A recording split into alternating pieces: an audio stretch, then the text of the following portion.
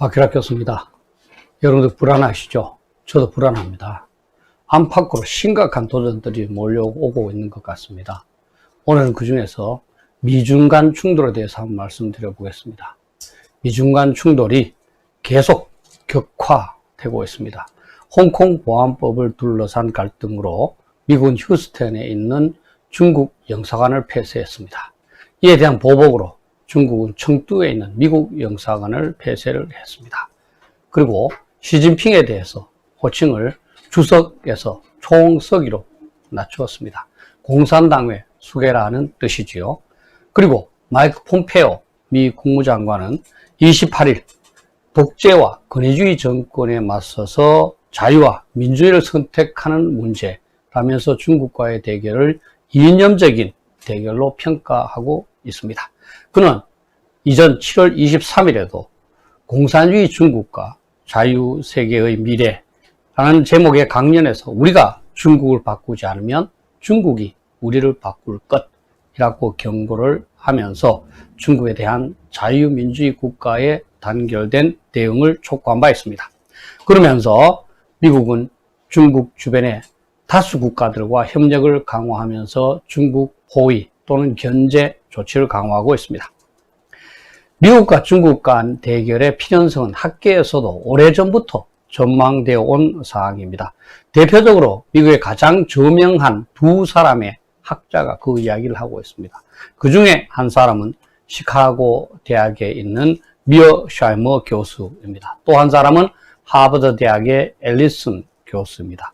두 분 다 미국에서 가장 저명한 국제정치 학자고요. 두 분 다 미중 간 충돌이 불가피하다고 말하고 있습니다. 미어세이머 교수는 2001년 강대국 국제정치의 비극 The Tragedy of Great Power Politics라는 책자를 발견해서 미중 간 전쟁 가능성을 높게 평가하고 있습니다.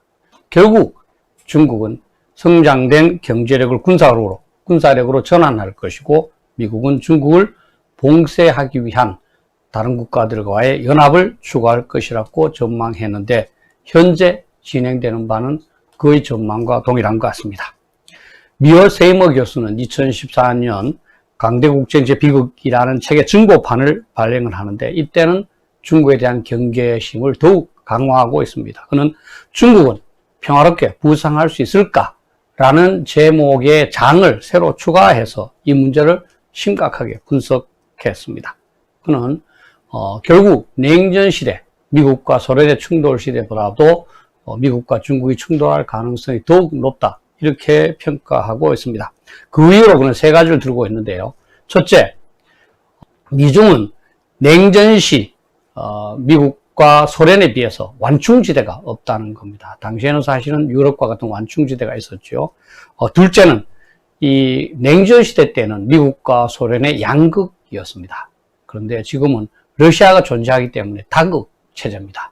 다극 체제는 오히려 더 불안하고 갈등이 악화될 그럴 가능성이 더 높다는 겁니다. 셋째는 중국은 러시아보다도 훨씬 더 강력한 민족주의를 갖고 있다는 겁니다. 따라서 민족주의는 외부에 대해서 강력한 적대감을 가질 수 있고 그래서 충돌의 가능성이 높아진다는 것입니다.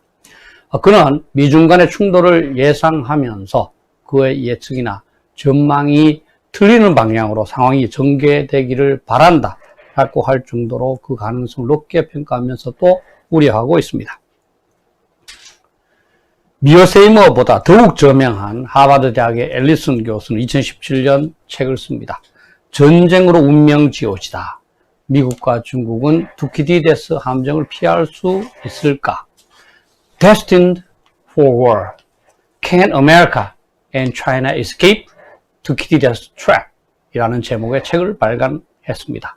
이 책에서 앨리슨 교수는 미어세이머 교수보다 더욱 미중 간 전쟁 가능성을 높게 평가하고 있습니다.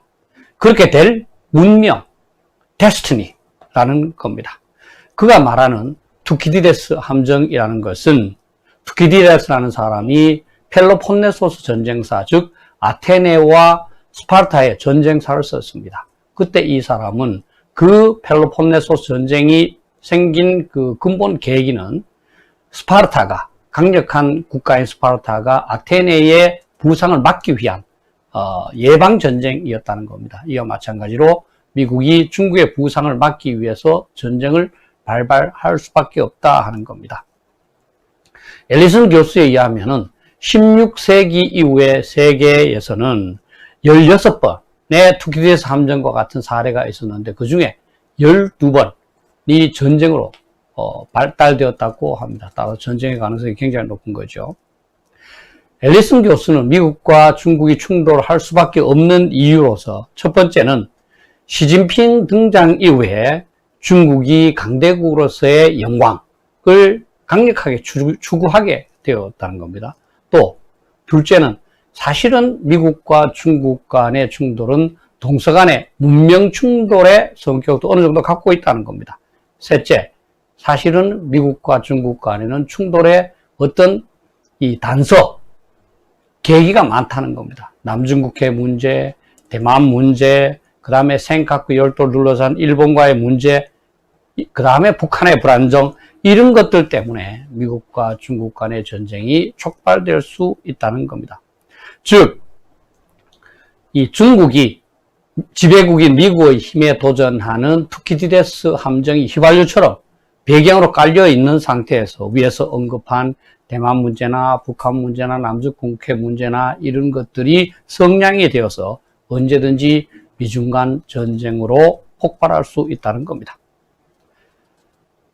여러분들 이미 생각을 하셨겠지만 미중 양국이 충돌의 경로로 걸어갈 경우 그 사이에 낀 한국의 안보는 심각한 도전에 직면할 수밖에 없습니다. 고래 싸움에 새우 등이 터질 수밖에 없는 상황이기 때문입니다. 한국은 미국과 동맹관계죠. 중국은 한국의 적인 북한과 동맹관계입니다. 그리고 남북은 휴전 상태입니다. 따라서 미국과 중국이 충돌하면 남북도 연루될 수밖에 없습니다. 미국과 중국이 전쟁을 하게 된다면 동맹관계에 의하면 한국은 미국을 지원해야 되고 북한은 중국 편에 서서 전쟁을 해야만 합니다. 더욱 심각한 문제는 미국과 중국이 전쟁을 직접 하는 대신에 남북한으로 하여금 대리전쟁을 하도록 하는 겁니다. 대리전쟁은 영어로 proxy war라고 하는데요. 자신들 간의 직접적인 충돌은 위험 부담이 막 크다고 판단하면 강대국들이 약속을 시켜서 대신 싸우도록 만들 수 있습니다. 강대국이 전면 전쟁을 하면 정말 심각한 국가를 각오해야 되잖아요. 그래서 학자들은 베트남 전쟁, 그 다음에 아프가니스탄 전쟁, 우크라이나 분쟁, 시리아 내전, 이스라엘 팔레스타인 분쟁 등은 대리전쟁이었다 이렇게 분석하고 있습니다. 사실 냉전 시대 때 있었던 약소국 간의 분쟁은 대부분 미국과 소련이라는 두 강대국 사이에 대리전쟁 성격이 있었습니다. 1950년 북한이 기습적으로 남한을 공격한 6.25 한국전쟁도 미국과 소련 및 중국 간의 대리전쟁으로 평가하고 있습니다. 현재 북한은 여러분도 알다시피 상당수의 핵무기를 보유하게 되었습니다. 그리고 적화 통일의 야욕을 포기한 적이 없습니다. 중국이 대리전쟁을 위해서 조금만 부추기거나 지원하겠다고 약속을 하면 북한은 남한을 공격할 겁니다. 그렇게 되면 남한을 보호하기 위해서 미국이 개입하지 않을 수 없고 결국 남북한 간의 전쟁은 미국과 중국 간의 대리전쟁이 되는 겁니다. 당연히 우리로서는 대리전쟁을 피하고 싶겠지만 국제정치는 강대국이 주도하고 있기 때문에 우리가 그것을 피하기는 어렵습니다. 특히 북한의 경우 대리전쟁을 치르든 말든 한반도를 공산화하는 것이 자신들한테 이익이라고 생각할 것이기 때문에 실제로 미중 간의 충돌이 한반도에서 대리전쟁으로 표출될 가능성은 매우 높습니다. 일부에서는 미국의 군사력이 워낙 강력하기 때문에 중국이 도전하지 못한다고 생각하지만 그것은 전체적인 군사력에 관한 사항이고요. 양국 간의 충돌은 대부분 중국 근처에서 벌어질 가능성이 높습니다. 그렇게 된다면 반드시 중국이 열세하지 않을 수도 있습니다. 미국은 원거리에서 전투력을 이곳으로 이동을 시켜야 하고 유럽 쪽의 군사력을 아시아로 모두 전용할 수는 없기 때문입니다. 미국의 저명한 군사 관련 연구소인 랜드에서는 핵 능력을 제외한 9가지 핵심 작전 수행 능력을 대상으로 미중 양국군의 군사력을 비교한 적이 있습니다. 그 결과 중국 본토에서 떨어진 곳에서 만약에 미국과 중국이 전쟁을 한다면 9개 작전 수행 능력 중에서 미국이 매우 우세 2개, 우세 3개, 동등 4개, 중국이 우세한 건 하나도 없습니다. 미국이 압도적입니다. 그러나 중국 근처에서 만약에 미국과 중국이 대결한다고 판단될 경우에는 미국은 매우 우세가 없고요. 우세 3, 동등 4, 중국 우세 2라고 평가하고 있습니다. 거의 대등한 능력으로 평가되고 있는 상황입니다.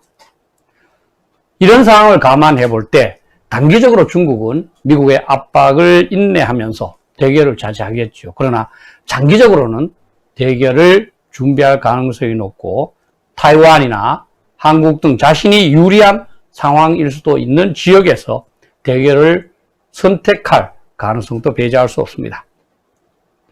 이제 한국은 미중 간의 충돌이 격화되는 와중에서 대리 전쟁의 희생물이 될 수도 있는 심각한 안보 상황에 처해 있습니다. 상황이 이러함에도 현 정부는 상황의 심각성을 전혀 이해하지도 못하고 또 제대로 대응하지도 않는 채 태평이니 걱정입니다. 그러니 저를 포함한 여러분들께서 어찌 불안하지 않겠습니까? 감사합니다.